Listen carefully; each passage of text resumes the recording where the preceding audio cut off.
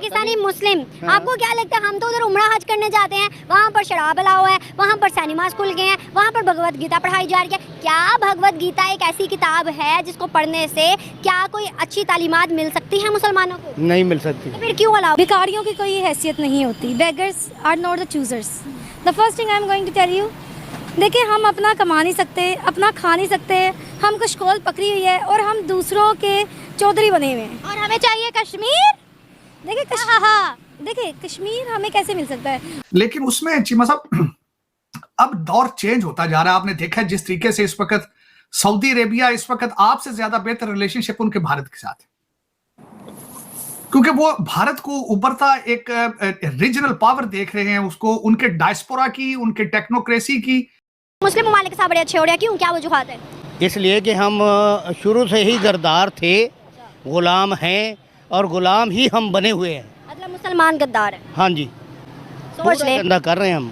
किस चीज़ से गंदा कर रहे हैं? इसलिए कि हम भिखारी हैं, इसलिए गंदा कर रहे हैं। अगर हमारे अंदर इंसानियत होती तो हम उनका मुंह तोड़ देते। ठीक है। देखिए मैं मोदी सरकार के खिलाफ नहीं हूँ, ठीक है। मैं कुछ हद तक मोदी सरकार को सपोर्ट करती हूँ। एटलीस्ट वो अपनी कम्युनिटी के साथ लॉयल है, अपनी नहीं, सब कम्युनिटीज के साथ। वो और उनकी एजुकेशनल स्किल और खासकर जो डिजिटल आगे रेवोल्यूशन आ रहा है उसमें समझते हैं कि भारत बहुत आगे है। तो वो पूरा सर्कमस्टांसेस चेंज हो चुका है और भारत ने भी बड़ा सेफ प्ले कार्ड खेले हैं। उन्होंने कश्मीर का सारा ठेका अमार ग्रुप को दे दिया, यूएई को, जो आप जिनसे पैसे मांग कर चल रहे हैं। नमस्कार दोस्तों, सऊदी अरब के कुछ प्राइवेट स्कूलों ने अपने नए सिलेबस में रामायण महाभारत को शामिल किया है। सऊदी अरब ने शिक्षा क्षेत्र के लिए प्रिंस मोहम्मद बिन सलमान ने विजन 2030 के तहत अन्य देशों के इतिहास और संस्कृत के पढ़ाई को जरूरी बताया है। इसके तहत कुछ स्कूलों ने रामायण महाभारत को अपने सिलेबस में जोड़ा है। इसके पीछे की वजह ये बताई गई है कि यह स्टडी विश्व स्तर पर महत्वपूर्ण भारतीय संस्कृतियों जैसे योग और आयुर्वेद पर ध्यान केंद्रित करेगा। सऊदी के सिलेबस में ये भी कहा गया है कि इसके जरिए देश शिक्षित और कुशल कार्यबल का निर्माण करेगा, दुनिया की अर्थव्यवस्था की रेस में शामिल होगा। वहीं अलग अलग देशों और लोगों के बीच सांस्कृतिक संवादों का आदान प्रदान दुनिया की शांति और मानव कल्याण में सहायक है। इसलिए यहाँ अंग्रेजी को भी विशेष तौर पर शामिल करने पर भी जोर दिया गया है। क्या लगता है कि जिस तरह से हिंदुस्तान पावर में आता जा रहा है, वो अपना एक तो मज़हब को भी प्रमोट कर रहा है, दूसरी तरफ अपने हिंदुस्तान की इकोनॉमी को प्रमोट कर रहा है, दुनिया के अंदर उसकी चर्चे हैं, वाहवाही है। क्या आपको लगता है कि आने वाला टाइम के अंदर हिंदुस्तान की कोई बड़ी पावर बनने वाली है दुनिया के अंदर? बना तो वो रही है, बना रहा है ना, हिंदुस्तान तो बना रहा है। वो तो सऊदी अरब में भी साथ मिल गया है, उसको उसने मला लिया है कि हमें भी शामिल कर लो। तो उधर हो रहा है ना, आप बता रहे हो ना कि उधर दुबई तक उन्होंने अंदर बन रहे हैं। दुबई तक उन्होंने अपनी जो है ट्रेन भी पानी के नीचे से बनवा दी है कि हमें आने जाने तजारत करने में बड़ा आसान हो जाएगा। ऐसे ही है। हमारे साथ तो कोई नहीं किया उन्होंने, सऊदी ने भी नहीं किया, दुबई ने भी कोई ऐसे ताल्लुकात नहीं बनाए। हमारा नुमाइंदा कोई नहीं है, हमारा कोई रहनुमा कोई नहीं। दावा तो हम करते हैं कि हम मोहम्मद के, हम सल्लल्लाहु अलैहि वसल्लम के मानने वाले हैं, ऊपर से कहते हैं ना, दिल से तो नहीं। क्या मोदी एक बेहतरीन लीडर है जिसने इतना काम करवा दिया है सऊदियों के साथ? वो है, कोई बंदा दुनिया में नहीं है। अगर वो हरामी है तो अपने मुल्क को कैसे संवार दिया उसने? कैसे संवार दिया बताए ना? 5वीं बड़ी मौशत बना दिया, उसके अलावा मुसलमानों के साथ ताल्लुकात इतने बेहतर कर दिए कि पाकिस्तान अभी उन ममालिक में नजर ही नहीं आ रहा। कैसे हरामी हुआ? वो इसलिए हरामी है कि उसने इस सारे मुल्कों में अपना जो उसके अंदर बेज़मीरी है ना, वो सब में डाल रहा है कि ऐसे करो। वो ऐसे कर रहे हैं? नहीं कर रहे। सऊदी अरब को उसने तरतीब बताई ना, ये तो नजर आ रही है कि उसके पास एक पावर है। वो पावर की चोट पे कह रहा है कि तुम मेरे हो, मेरे साथ काम करो, पाकिस्तान छोड़ो। तो वो सब छोड़े हैं। ये तो पावर हुई ना। हमारे पास भी पावर होती तो हमारा शहबाज शरीफ उधर बैठा कुछ करता ना। हमारे पास बहुत बड़ी पावर है। ये मांगने वाली कोई मांग के दिखाए। हम मांगते नहीं है, हर किसी को कहते हैं हम भूखे मर गए, दियो दे देंगे, तानू दे देंगे। हमारे अंदर ज़मीर कोई नहीं रहा। हम ऐसे नहीं हैं। हम मुंह से तो इकरार करते हैं, लेकिन हमारा अंदर का ज़मीर मर चुका है। दूसरी चीज़ मैं एक बात करना चाहूँगी कि जो आप बात कर रही हैं ना कि वो उन्होंने कश्मीर ने जो है वो इंडिया के साथ इलाहाक नहीं किया, उन्होंने इल्हाक किया इंडिया के साथ। नक्शा बदल दिया है। ठीक है, देखिए इकोनॉमी एक फैक्टर है बहुत बड़ा, नो डाउट। आपका सोशो इकोनॉमिक सेटअप एक बहुत इन्फ्लुएंस रखता है हर इंसान की ज़िंदगी में, लेकिन उसके साथ साथ आपके कुछ रिलीजियस एस्पेक्ट्स भी होते हैं। ठीक है, उसके बिहाफ पे वो चाहते थे कि वो पाकिस्तान के साथ हों, लेकिन पाकिस्तान ने कभी नहीं कहा कि वो पाकिस्तान के साथ जाना चाहते हैं। कभी हमें पता नहीं कौन से गलत फैक्ट्स हमें बताए जाते हैं। इवन आप रिसेंटली अगर यूनाइटेड नेशंस में बैठी थी कश्मीर की एक एक्टिविस्ट रियाना मीरा उनका नाम, आप उनका इंटरव्यू सुने, हमें जवाब दिए हैं यूनाइटेड नेशंस में बैठ के स्पेशल पाकिस्तान को। देखिए उनका ये बनता है, क्योंकि हमने ये नारा लगाया था लेके रहेंगे पाकिस्तान के बाद कश्मीर बनेगा पाकिस्तान। ठीक है, लेकिन हमने नारा क्या लगाया, हमने DHA बनाया। ठीक है, हमने उस नारे के ऊपर हमने यहाँ पे 9 मई के वाक़यात के बाद जो था, जो हमारी हुकूमतों के साथ हुआ वो किया। हमारी जब आप देखिए जब पाकिस्तान बना था ना, उस टाइम $1 3 पाकिस्तानी रुपए का था, आज $1 300 से ऊपर है। वो रीज़न क्या है? पहली बात तो ये, ना यहाँ पे इस्लाम है, ना यहाँ पे लिबर्टी है, यहाँ पे कुछ भी नहीं है। यहाँ पे जिसकी लाठी उसकी भैंस है।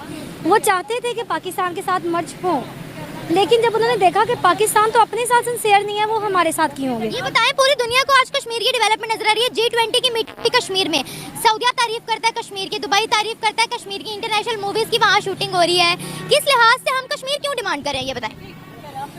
क्योंकि कश्मीर के ऊपर हमारी दुकानदारी चलती है। ठीक है, कश्मीर के ऊपर हमने सारे मिसाइल, एटम, हम सब कुछ बनाना है, क्योंकि इंडिया ने हम पे हमला करना है। इंडिया को पाकिस्तान से कोई फ़र्क नहीं पड़ता। एक डूबती हुई कश्ती के ऊपर क्यों कोई इन्वेस्ट करेगा? जिसमें सुराख हुए हैं, वो बेचारी टाइटैनिक पे भी किसी ने इन्वेस्ट नहीं किया। तो ये बेचारा जो एक कश्ती भी नहीं आप कह सकें, कागज़ की कश्ती है, उसके ऊपर क्यों वो लगे? पहले था, अगर आप देखें तो पाकिस्तान 1980s में टाइगर था एशिया का, तब रहा था। उस वक्त इसकी इकोनॉमी इंडिया से स्ट्रॉन्ग थी, तो उस वक्त वो कंसिडर किया जाता था। आप अगर देखें तो कोरिया उस टाइम जो था वो पाकिस्तान के पीछे था, वो पाकिस्तान को चाहता था। वो कहता था कि जब हम पाकिस्तान आए हमने एक नया मुल्क देखा है। बहुत सी कंट्रीज़ जो हैं श्रीलंका की और बहुत सी कंट्रीज़ ऐसी जिनकी एयरलाइंस PIA ने डिज़ाइन की हैं, उन्हें बनाया है। टॉप एयरलाइंस पाकिस्तान की थी, टॉप स्टील मिल्स पाकिस्तान की थी, पाकिस्तान का हर बंदा जाना जाता था।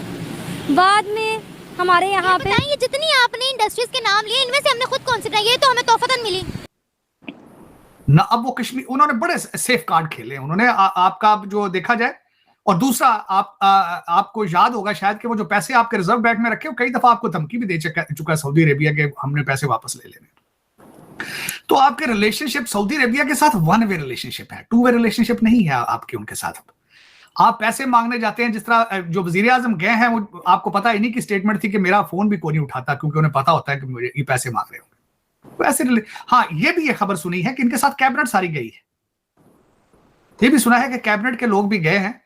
जाना चाहिए कि सरकारी जहाज जो है, क्या फर्क पड़ा, खड़े हैं, क्या तेल पानी चेंज कराओ, जाओ, इतना तेल है आपके पास, इतना पैसा है, क्या फर्क पड़ा? $8 बिलियन आ रहा है IMF से, क्या फर्क पड़ता है?